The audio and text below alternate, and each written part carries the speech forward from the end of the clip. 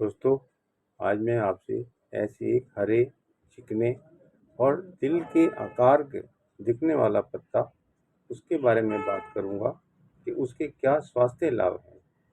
ये ऐसा पत्ता जिसको हम पान के पत्ते के नाम से भी जानते हैं और इंग्लिश में इसे बीटल लीफ से भी जाना जाता है। ये पत्ता वैसे तो पूजा के दौरान इस्तेमाल होता है।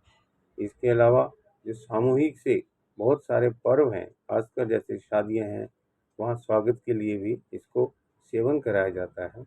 ऐसे ही पौधों से बनी हुई जो औषधियां हैं, उसमें भी इसका प्रयोग कारगर है। तो आप समझिए, ये पत्ता पान का, ये कि यदि हम मॉडर्न साइंस के हिसाब से ये बताएं तो ये कहेंगे कि ये एंटी इन्फ्लामेटरी है, एंटी बैक्टीरियल है, एंटी ऑक्सीडेंट है और इसके अलावा ये ये एंटी कैंसर भी है, क्योंकि ये लोकली मतलब केवल मुंह में जैसे हम खाएंगे, इसको पान को चबा के खाएंगे तो हम देखेंगे हमारे शरीर के अंदर जो कैविटी बन रही है, मुंह से बदबू आ रही है, प्लेग बनता है, उन सबको ये साफ करने में कारगर है।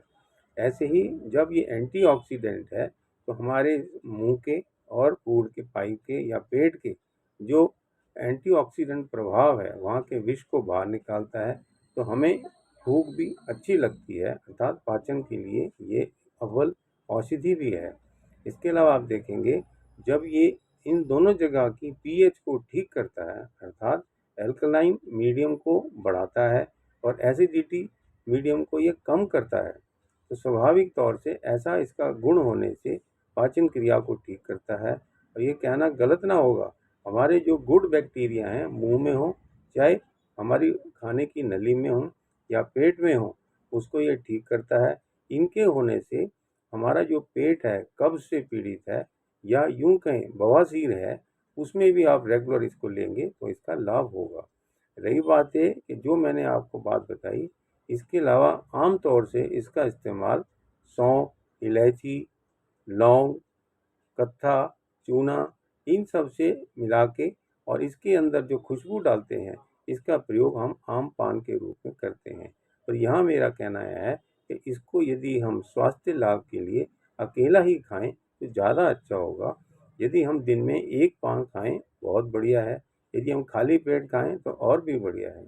रही बात है इस पान का सेवन जो राजा महाराजा करते थे, उसका एक मुख्य उदाहरण ये था कि वो अपने वैवाहिक जीवन में इसका प्रयोग अवश्य करते थे।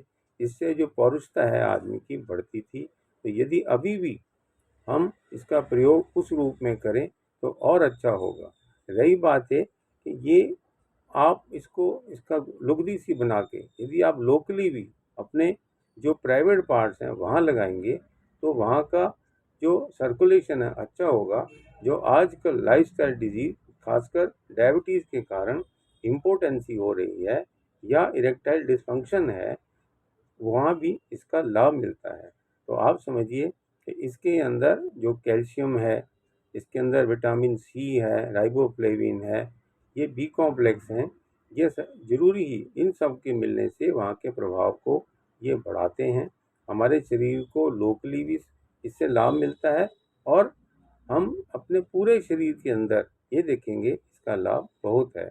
रही बात है इसके अंदर जो एंटी बैक्टीरियल, एंटी इन्फ्लेमेटरी या एंटी इन्फेक्टिव जो प्रभाव है, उससे हम लोकली तो फ़ायदा ले ही सकते हैं, पर साथ साथ ये जानें जो कैंसर है, खासकर मुंह का, उससे हम बचाव करेंगे। आप कहेंगे ये कैसे संभव है, लेकिन एक बात ध्यान रखिए, जो अन्य चीज़ें हैं उसका दुरुपयोग ना किया जाए। तो पान की मात्रा नशे के रूप में ना इस्तेमाल की जाए।